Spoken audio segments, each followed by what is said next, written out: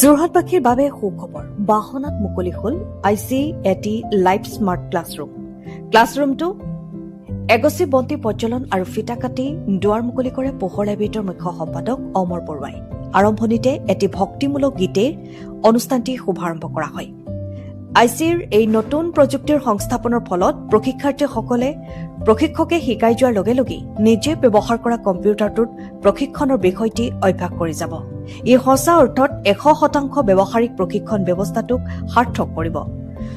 বহু সময়ত প্ৰশিক্ষকে শিকাই দিয়াৰ সময়ত সহজ যেন লগা এটি বিষয়ো ব্যৱহাৰিক শ্ৰেণীকোঠাত অভ্যাসৰ সময়ত জট লাগি যায় আৰু সেয়েহে ছাত্ৰ-ছাত্ৰীয়ে খোকোজা দূৰ কৰাত অসুবিধা হয়। এই নতুন লাইভ ক্লাছৰ প্ৰযুক্তিয়ে সেই সমস্যা দূৰ কৰিব আৰু ছাত্ৰ-ছাত্ৰীৰ খোকোজাসমূহো ঠাইতেই নাইকিয়া কৰিব পাৰিব। বহুতো শিক্ষাৰ্থীয়ে ব্যৱহাৰিক শ্ৰেণীকোঠাত অনুপস্থিত থাকে, কিন্তু এই ব্যৱস্থাত ব্যৱহাৰিক শিক্ষা বাধ্যতামূলক।